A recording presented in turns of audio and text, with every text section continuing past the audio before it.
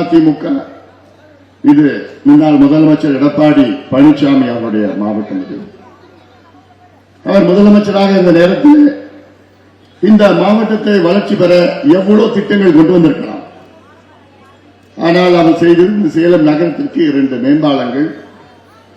இந்த மேம்பாலங்கள் என்னை பொறுத்தவரை இன்னும் 10 ஆண்டுகளில் இந்த மேம்பாலங்களுடைய தேவைகள் காலாவதியாகும். இது தவறான திட்டத்தை வைத்து இந்த மேம்பாலங்களை கட்டியிருக்கின்றார்கள். 10 ஆண்டுகளில் இந்த 2 மேம்பாலங்கள் இடிக்க வேண்டிய சூழல் வரும். அதிமுக நாங்க எடப்பாடியார் வந்து பிளைஓவர் கட்டிட்டார், அரைகுறையா கட்டினார். 10 வருஷத்துல நீங்க பாருங்க, அந்த பிளைஓவர்னாலதான் போக்குவரத்து நெரிசலே வரப்போகுது. இங்க சேலம் ஸ்டீல் பிளான்ட் இங்க கிட்டத்தட்ட 4000 ஏக்கர். அந்த காலத்துல 2000 ரூபாய் 3000 ரூபாய் 5000 ரூபாய் ஒரு ஏக்கர்னு வாங்கல, அபகரிச்சுட்டு போட்டாங்க.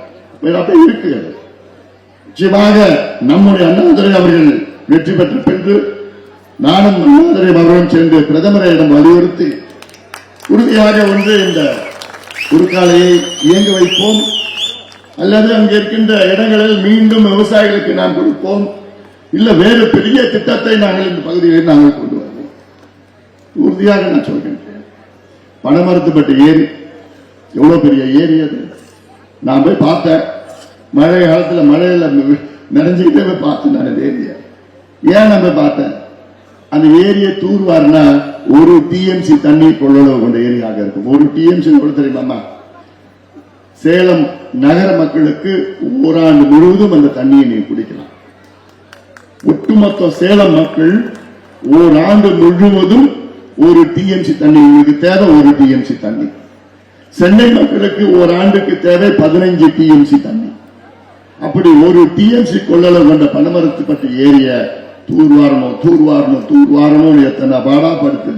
அங்க போய் பார்த்து போராட்டம் பண்ணி விழிப்புணர்வை ஏற்படுத்தி அதன் பிறகு ஏதோ நிதி 96 கோடி ஒதுக்கி ஏதோ சொல்லி அது இன்னும் நடைமுறைப்படுத்த போறது கிடையாது.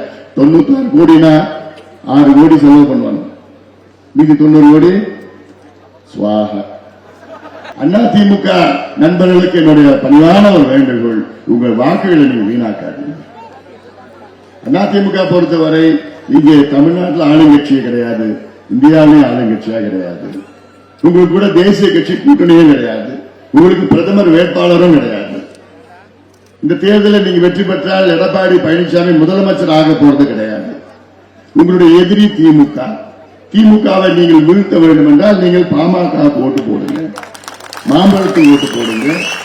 திமுகவை வீழ்த்தலாம், உங்க பழியை தீர்த்துக்கலாம்.